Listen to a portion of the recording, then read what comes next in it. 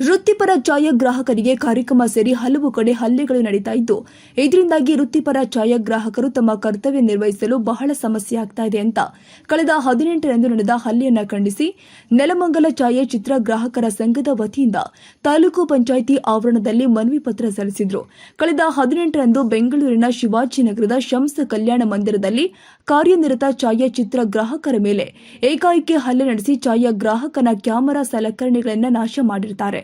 ಈ ಘಟನೆಯು ನಾಡಿನ ಸಮಸ್ತ ವೃತ್ತಿಪರ ಛಾಯಾಚಿತ್ರ ಗ್ರಾಹಕರ ಮೇಲೆ ತೀವ್ರತರವಾದ ಆಘಾತ ಉಂಟು ಮಾಡಿದ್ದು, ಛಾಯಾಗ್ರಾಹಕರ ಕುಟುಂಬಗಳು ತುಂಬಾ ನೋವನ್ನು ಅನುಭವಿಸುವಂತಾಗಿದೆ.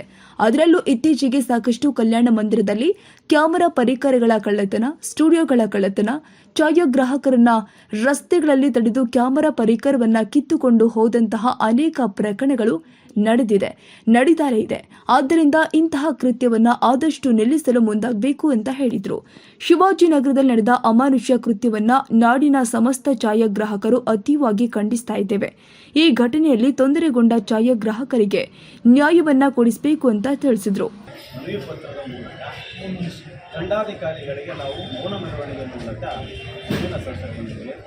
ದಯಮಾಡಿ ಮನವಿನ ರಾಜ್ಯಾದ್ಯಂತ ಎಲ್ಲ ತಾಲೂಕು ಕಚೇರಿಗಳಲ್ಲಿ ದಂಡಾಧಿಕಾರಿಗಳಿಗೆ ಮತ್ತು DC ಆಫೀಸಲ್ಲಿ ಎಲ್ಲ DC ಆಫೀಸ್ಗಳಿಗೂ ಕಳಿಸಿದ್ದೀವಿ ಸರ್ ಮನವಿ ಪತ್ರ. ಹಾಗಾಗಿ ಯಾರಿಗೇ ಒಬ್ಬರು ವ್ಯಕ್ತಿಗೆ ತೊಂದರೆ ಆಗಬಾರ್ದು ಅನ್ನೋ ಉದ್ದೇಶ ಇದೆ. ಈ ಸಂದರ್ಭದಲ್ಲಿ ನೆಲಮಂಗಲ ತಾಲೂಕು ಛಾಯಾಗ್ರಾಹಕ ಸಂಘದ ಅಧ್ಯಕ್ಷ ಪ್ರಕಾಶ್ ರವಿಕಾಂತ್ ಸಂಪತ್, ಮಂಜುಳಾ ಗೌಡ ಸೇರಿ ಅನೇಕ ಛಾಯಾಗ್ರಾಹಕರು ಉಪಸ್ಥಿತರಿದ್ದರು.